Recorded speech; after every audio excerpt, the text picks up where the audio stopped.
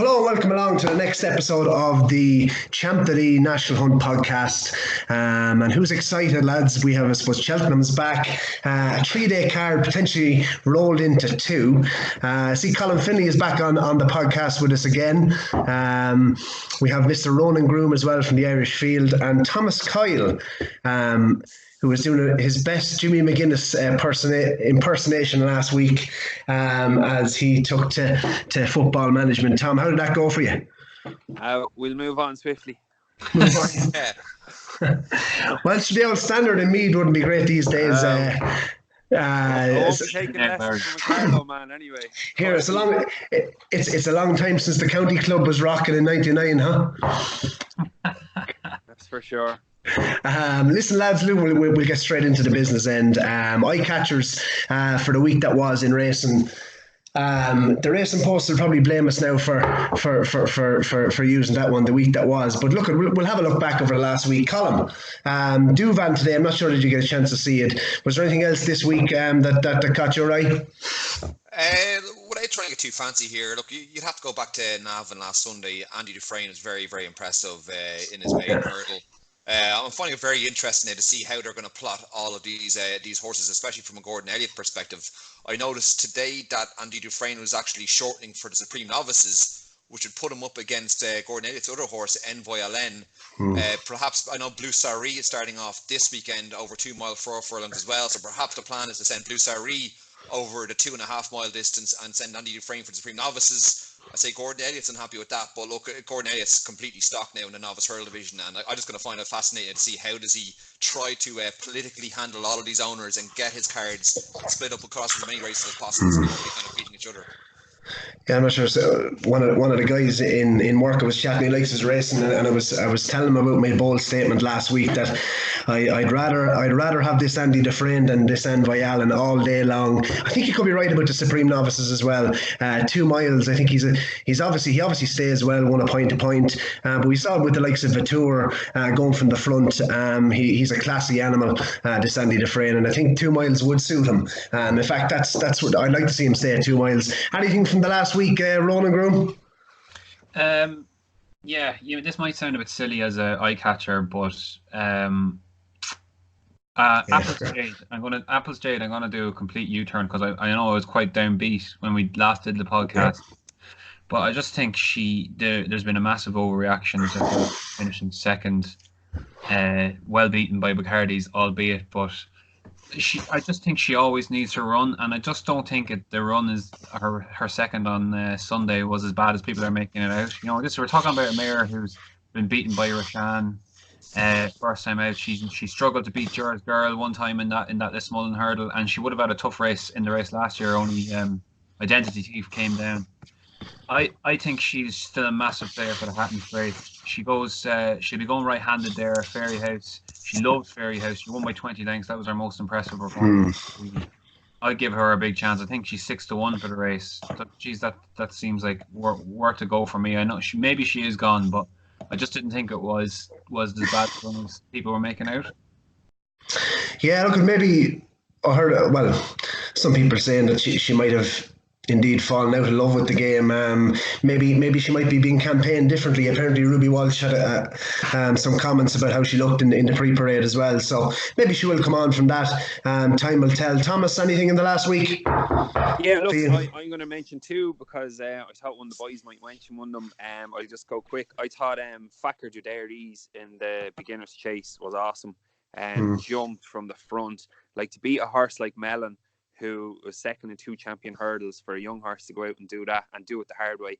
They sprinted over the last 3. They put a distance between them, between some good horses that have won good handicap hurdles and that behind them. So I definitely think he's one for Joseph O'Brien that we're going to keep an eye on. And another horse that we mentioned a few times on the podcast as well was Abracadabras. We flagged him up earlier in the year. I did as well for one to follow. He just looks like the penny has dropped. Robbie Power rode him, switched him off. Literally, I think Robbie said he thought he was too switched off. He didn't think he was going to turn on. And when he did come back alive, he what looked decent enough little field he put to bed in a matter of strides. Learned a lot from his first day out in Goran, Robbie said he jumped a lot better than that, so he could be one as well, just to keep an eye on for Fairyhouse at the end of the month. Came back on the bridle fairly fast. Anyway, lads, just one for me. I thought there was a horse yesterday in a point. That won a point in Bandon, and was bought by it was bought and was sent to Emma Lavelle. Horse called Eclair Surf.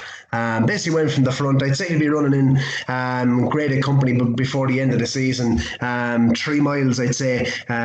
He'll go up in distance. He ran over 2 miles 4 yesterday and won very snug, which was a lovely debut at Exeter. That's Eclair Surf, one for the tracker for Emma Lavelle. So that's, I suppose, we'll move on now to the Cheltenham November meeting.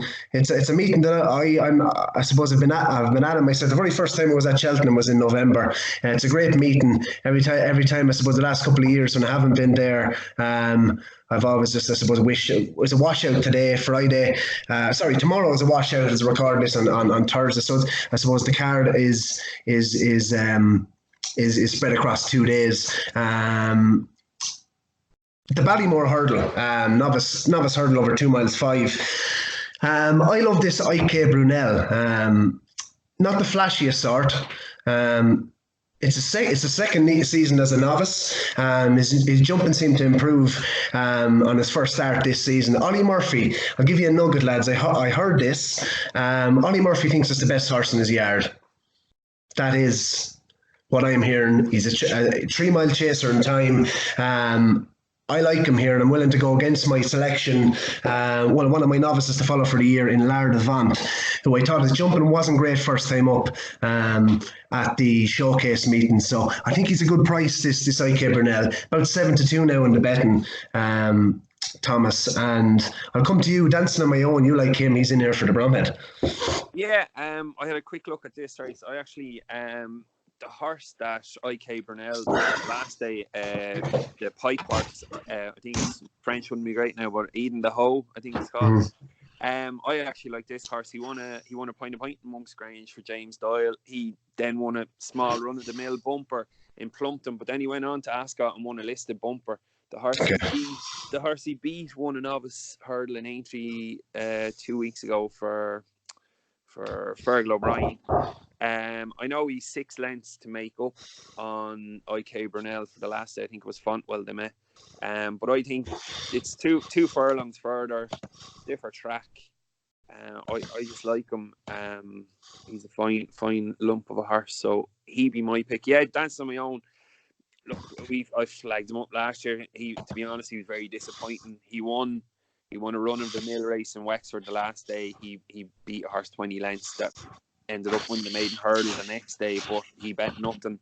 There's another Irish horse in there, Born by the Sea. If he came back to his run where he fell at the last in Cork, it's 3 or 4 runs back.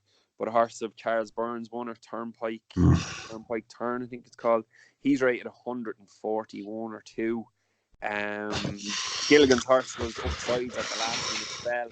If he came back to something like that, might have a small each way chance, but I'd go with the pipe horse if it was. Jeez, I thought you had him well covered, Tom. IK Brunel. I thought you had him well covered. Yeah, first run of the season, a lot of horses take it different, Yeah, okay, fair enough, Ronan. Yeah, I'm very interested in Dancing on My Own. Second season novice. Smart form last year with Classical Dream, obviously 4th in the Grade 1 and fairly bolted up there at Tramore. Very interesting he's sending them over, Henry. He wouldn't usually send horses over to, not the big festivals, I suppose it's sponsors race as well, Ballymore. Oh, good point. Yeah. So I'd say that's... Yeah, he's still interested anyway. He won. He'll go on the ground anyway. Second season novice. Maybe the penny dropped the last day. It's a good race this. Time Hill there, obviously the champion form. It's a brilliant race, lads. From last season is working out well, but yeah, I'd be interested in Dancing on My Own anyway. Colm Finlay, I know who you like here. Well, look, me and you had a quick chat about this race yesterday, and you were telling me about your penchant there for IK Brunel. So I had to do a bit of digging myself, Barry, because I have a couple of lads that have information on the Ollie Murphy yard there. The first thing they did tell me is that Ollie Murphy is probably the most bullish trainer you can get out there. This man is not afraid to hype his own horses. And the word is, though, that this horse is, I think he is the top deal there in Murphy's Yard, which there's something to be said, because Ollie Murphy had the second and third in last year's Supreme Novices, so he's got benchmarks within the yard to compare this horse against. But ultimately, I'm not going to get too fancy in this race here. I still think Time Hill's third in last year's bumper is probably way above anything that IK has done so far on the track. IK is the horse is bolted on him in terms of price wise. I think he started off around 6-1 near the start of the week. He was in as short as 3-1. I checked there last time yesterday. This time Hill, he was pretty good in his reappearance at Cheltenham. Strong, and I'm not going to go fancy. I'm going to stick with Time Hill. Fair enough, lads. Listen, on to the big handicap on the Saturday. I love the top two in the market here, lads. I Sir Delac, I've taken 10s. I think he's a 160 plus horse. A 6-year-old who I suppose he didn't stop improving last year. Came from France, and I'd say he'd go from the front again. I think this meeting, you'll see a lot of horses, especially with the ground that race prominently. I think they'll go well here at this particular meeting. Ronan, you like Slate House at the showcase meeting. Would you be with him, or do you have a juicier price for us? I'm actually on. There's no point telling people about it now, I guess. And when you're on at bigger prices, I back Count Marybell just on that run the last day when he was second to last translation. I think he could be nicely handicapped. Not sure about the ground. I'm slightly surprised Sir Delac is just out in favour. I thought Slate House might be the one that goes off favourite after, because he did absolutely bolt up the last day at the show meeting. Just signs that it's clicking together. His expensive purchase from Tom Malone just hasn't really lived up to it for the last 2 seasons in his novice seasons. But if you just go back and look at how well he won, and he won that race on heavy ground. Obviously, the conditions are going to be exactly the same for him again. It's his second start after a wind up as well. Things might just be falling into place for him. One I will give a mention to is Happy Diva. If you want one at a bigger price, I think she was running a big race here last season when she came down. She's more or less off the same mark again, and she ran well in her seasonal debut. She could be about 20-1. I'd be interested in her each way, maybe. Fair enough. Colm Finlay, did you delve into this? Yeah, I was trying to kind of analyse the betting on this race during the week and figured a few things. So this Slate House has been backed all week. He's 10-1. He's now, I think he was as short as 5-1 the last time I checked, which kind of said to me that they think they know where they stand with Count Marybell, because obviously I think Ronan pointed out that Count Marybell was second to Lost in Translation there at Carlisle. Now, I will say one thing: Lost in Translation was being eased up that day, and he was given Count Marybell £6. I've been looking a bit further down there. I've done a small bit of maths, and I think around 10-8 or less is the weight that typically wins this kind of race. So I've landed on a horse called Guitar Pete. Now, Guitar Pete, I feel like I've been looking at this. Poor Desi. I feel like I've been looking at this horse for about 10. I could pull up the Nolly's maiden hurdle, and I could see Guitar Pete finish fifth in that race. I feel like this horse has been around for 40 years. But you look at his form. He bounced back. I think they might have got something right with this horse again. He won it the first time out this season. If you look at his form, he's won course, distance, and going as well. This is going to be a very, very soft Cheltenham this year. I think he's in fine fettle. And you look at Nicky Richards as well. He's 6 for 21 over the last 2 weeks, near a 30% strike rate. I'd like that Guitar Pete. Anything for you, Tom? Just 2 quick ones. Irish Angle, Us and Them of Joseph's. He is good. Graded form with Le Richburg from last year. Obviously, he was second in Arkle as well, and things like that. And just one for a price. I can never seem to catch this horse right, but Eamon on Kinnick, 10 stone 5. If you go back to the favourite Sir Delac when he won in Cheltenham, Eamon on Kinnick is £8 better for, I think, a 4.5 length beaten that day. So just on that, he might be an outsider with a chance. I said we've nearly every horse in the field mentioned there, lads, have we? I want a special price off Colm Finlay BetXS on each of 2, basically 2 at the top of the market against the field, please.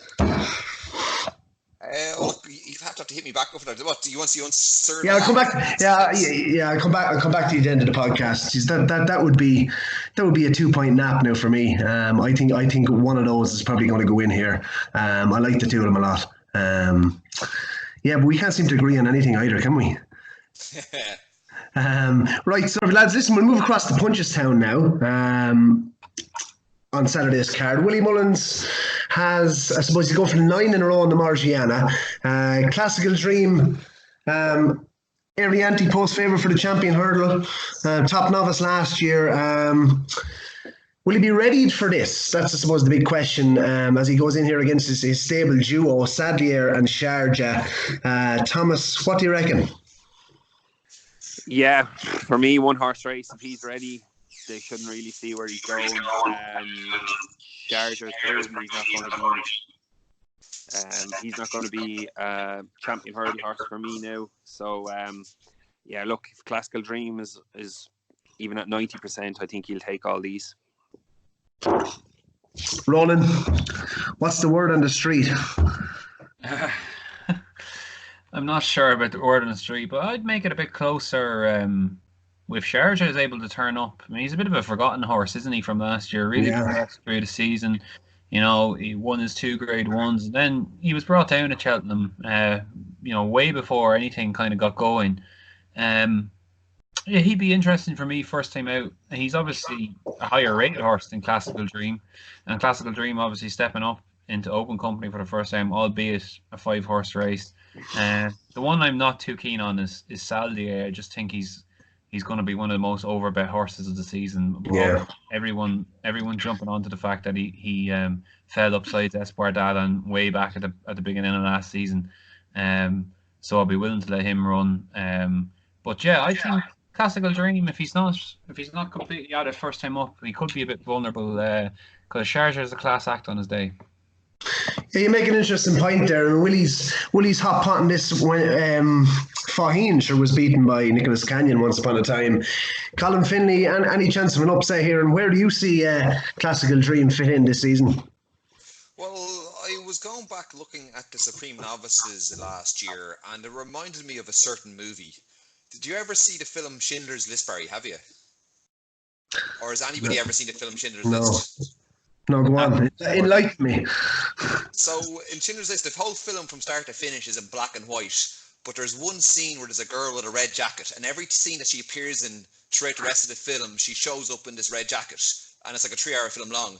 If you look at last year's Supreme Novices Hurdle, the whole field, especially in the closing stages, it looks like they're all running on black and white, and Classical Dream's there in his clean red jacket throughout.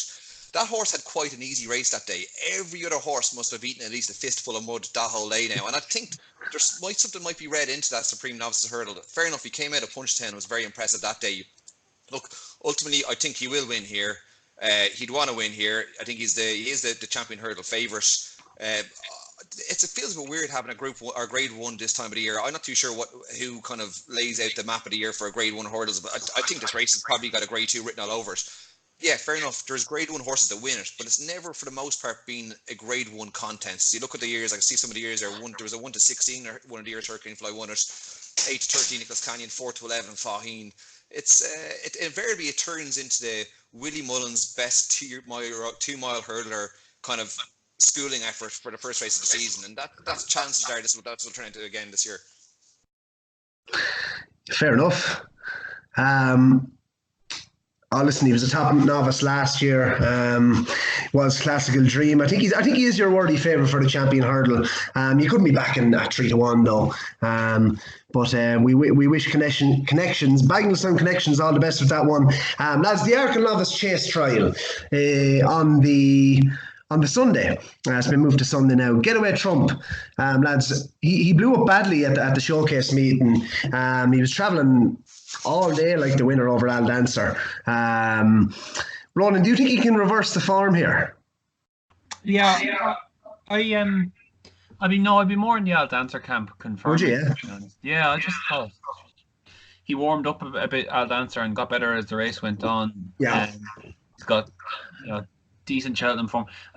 It's a difficult one because the novices having the second run and they're open to any amount of improvement each one. But if you're really If you're really putting me to it, I'd say I'd offer Al Dancer. It's not actually a race I've gone into too much now. Just waiting for Sunday and see what the ground is like. I think it might dry out a little bit. Cheltenham, hopefully, anyway, that we get racing at least. But yeah, if you're going to me, I'd take Al Dancer again. Yeah, again about Trump, there's been support from him. He's into 6-4 now, I suppose. And the fact that Al Dancer's beaten him already, you might expect, I suppose, a bigger price. It wouldn't be a betting proposition for me, but I do think he's probably the likeliest winner. Based on I suppose he's open to any amount of improvement next time up. Tom, would you have an opinion on this? Yeah, look, it's probably between the two, all right. Yet again, it's hard to gauge, as Ronan says, on their first run. We're probably going to learn a lot more from this race between the two. I might side with you for once, Barry. I think he did travel so well. I know it's an unusual thing to say, siding with you, but he did travel so well, and maybe he just needed the run a little bit more. The Irish angle here, we've got Henry de Bromhead has 2. And I did see there was money for Put on the Kettle. He was second to Robin De Carlo. Go home with you. Don't be at that. Don't be at that. Yeah, but no. He's a lot to find with the 2 in front, but just he might just pick up 3rd place. Anyway, lads, look, we'll move on to the slower chase. Defi de Sol. He was a horse I think all of you guys liked last year. He's a pound well in at the weights with Politolog here. But sure, that's not much. But I suppose he was beaten first time up for last. It was 2 or 3 seasons. Back at 2 miles for a season reappearance. Would this just be a sharpener, Colm Finlay, more so than anything else? I tell you what, I think he's probably a lay, but I'm not sure who I go.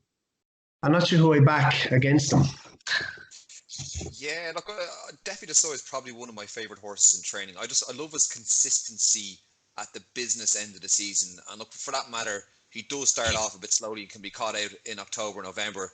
Think about him, for a 6-year-old, he's won almost £400,000 in prize money. Like, he's been a really, really good horse for connections. He's getting £3 off the older horses. Could make a difference here. But you look at a horse like So Royale, he's almost the complete opposite. He kind of goes missing around springtime, and he gets busy this time of the year, winning October, November. Politico, he has me a bit confused because, like, up until March last year, I thought he was a flat track horse, but then he ran Altior to a couple of lengths in the Champion Chase and then bombed at Aintree. So look, it's a bit of a confusing race now. But look, I'd probably give So Royale the vote on the basis that he seems to get himself ready for this early part of the season more than Defi de Soy. Fair enough. Ronan, how about you? Yeah, I'm surprised Defi is favourite. If you remember, he absolutely bombed at this meeting last year. Progressed through the season and went around, but he did most of his winning, and his good form is over 2.5 miles. I know it's not. You can't say it's bad form that he finished second to Shakam first of all, but a lot of horses bombed in that race as well. I thought he was quite vulnerable here, coming into open company against 2, rock solid horses. The 2 horses finished second and third to Altior in the Champion Chase last season. So Royal obviously coming back to defend his title, and probably looks about the value here. He has a bit to find with Politolog on that Champion Chase form, but yeah, as Colm says, it might just be his time of year, So Royal, and I didn't think there'd be much between them, whatever happened really. So I think you're getting price of around 3 to 1, 7 to 2 So Royal. Out of the 3 of them, that would be probably the one I'd come down on. But a good race, and it is a very good race. Yeah, it'd be interesting to watch whatever happens. Absolutely, yeah. No, I thought Politolog was more of a stayer. I thought Defi de Sol, to be quite honest with you, he should be going to 3 miles, not 2. So, yeah, interesting to see what happens. Tom, have you? Yeah, just to reiterate, I like Politolog. Just looking back, the last 3 years in a row, he's won first time out, which is always good when he's fresh. As you said, Defi de Soil was the best 2.5 mile novice chaser last year, beaten Lost in Translation and felt like that. But the step back to me, yeah, it's probably going to be more of a pipe opener and something to lead. But yeah, I'm going to side with the Nichols horse just on the form that he runs well fresh, and I think it's more his trip than Deafy the Soil. Fair enough. I'll just be hitting that red button on Betfair. Lay. Great with hurdle, lads. This looks a weak renewal. Paul Nichols, he likes to win this with his 4-year-olds. Keldastan, probably the class angle in here, but I thought Fergie's horse. Fergie likes an owl winner these days. See him dancing in the stands there in Wincanton. What's the name of the horse? Red Force One. Yeah, he's about 11-1 shot for this. I think if you're having Gumball, he wanted Ascot. I think if you're having Gumball, I think you have to be having this horse. He only went up £4 for finishing second. He was closing late. I thought he ran a super race and I think Bryony Frost is going to be up again. Ronan, you might take us through the runners quickly. Yeah, you stole my thunder slightly there, Barry, because I am a big fan of Red Force One here. Sorry about that, lad. Yeah, that Ascot race is a good little trial for this, and as you said, this race doesn't look the greatest renewal. Like there's no champion hurdle horse there. You wouldn't imagine anyway. And that Ascot race is quite a good trial for this race. The likes of Elgin and Brampoor have done the double the last couple of years. Well, Brampoor's back in 2011. Red Force One, if you watch it, was closing right in at Gumball on the line, like really staying on well. There was an element of Gumball kind of idling in front, but as you said, there's a decent swing in the weights there, and Red Force One is more progressive. Only a 4-year-old. That was easily his best run of his life. Quite progressive on the flat before it went jumping again for Nichols. And the one worry I have is just the soft ground. He just never really raced on soft ground, so that has to be a question. But I think you're getting a better price than what you said. I think you can still get 16-1. Okay. That looked interesting for me. Monsieur Lecoq is probably going to start favourite. Really progressive last year, won a couple of nice handicap hurdles. And then back again this year, won the Welsh Champion Hurdle in good style. Real good attitude from the horse. I can see why he's favourite. He's only a 5-year-old, open to more progress. And he bombed last year, though, didn't he, in the county? Yeah, he bombed. He ran okay. He was 10th. Yeah, you could. I suppose you could hold it up and say maybe that's him at Cheltenham. So that's a question he needs to answer. Count Ister for Nicky Henderson's an interesting one because she was third in that race. And that was off a huge break. She was kind of progressive mare until she ran 5th in Lorena's Mayor's Novices Hurdle the season before. And she came back to run 3rd then to Chittapello in the county hurdle. And then ran no race at Fairyhouse after. I wouldn't be surprised if Nicky's kept her back and gone gung-ho for this race first time out, considering she went so well fresh last year. I think she's around the 14-1 mark as well. So I have her on my short list if she's is indeed declared. But yeah, Red Force One, and I'm just a slight question about the ground, but I am interested in him. Lovely. Colm Finlay, do you like this fella? I believe you have a cracker for this. Colm.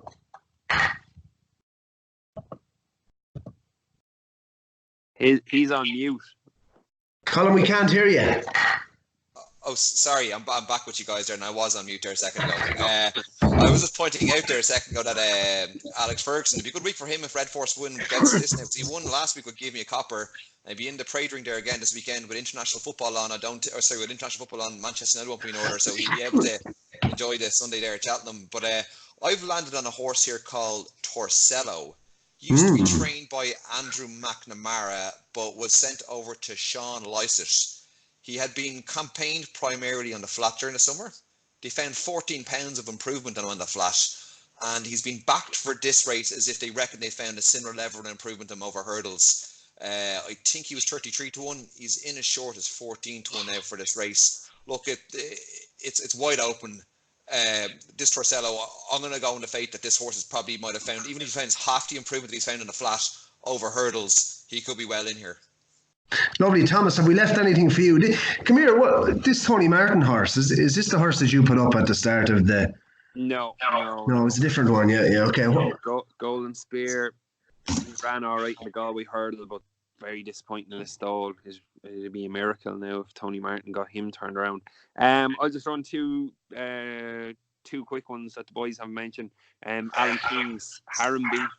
Come here. Flopped the last time. I know, but still, he's second in that big handicap. No, Tom, relax. I'm not gonna interrupt you too much, but did you not see me message the other night? I picked him at 33-1. I'm sitting on, so I hope he runs. But apparently he's out. Oh, is he? Apparently he's out. But anyway, go on. I'll let you continue. Well, make my case. Well, it's the second in that big handicap to get away Trump. That's his standout form. Obviously, he flopped the last day. He's beaten 30 lengths, but it was a 170-day break. Some horses need it, as I've said already. I hope for your sake he runs, but I didn't hear that now. And just the top horse. He's been given a £4. He's been dropped £4. He's a good horse. He won the county hurdle. I'd love to see if they maybe I know Bridget Andrews usually rides him, but if they had a good £5 or £7 claimer, that would really put him back into the mix. He'd be £10 better off. I think he was fifth in the county hurdle again this year. I know he flopped the last day as well, but he's a horse. Maybe if they could take a bit of weight off him, he's definitely back down to a good mark that he's won a county hurdle. Then he could be at a massive price. I think he's 25s or something. Lovely hurling. Black Hall Gale style. We need to be doing a bit more lovely hurling. When are you going to bridge the gap with Kilmessan, is it? Are they the meet? No. Well, no. Kiltale. First year we bet Kilmessan was this year in the senior hurling. We have that gap bridged. We have a long way to go to Kiltale.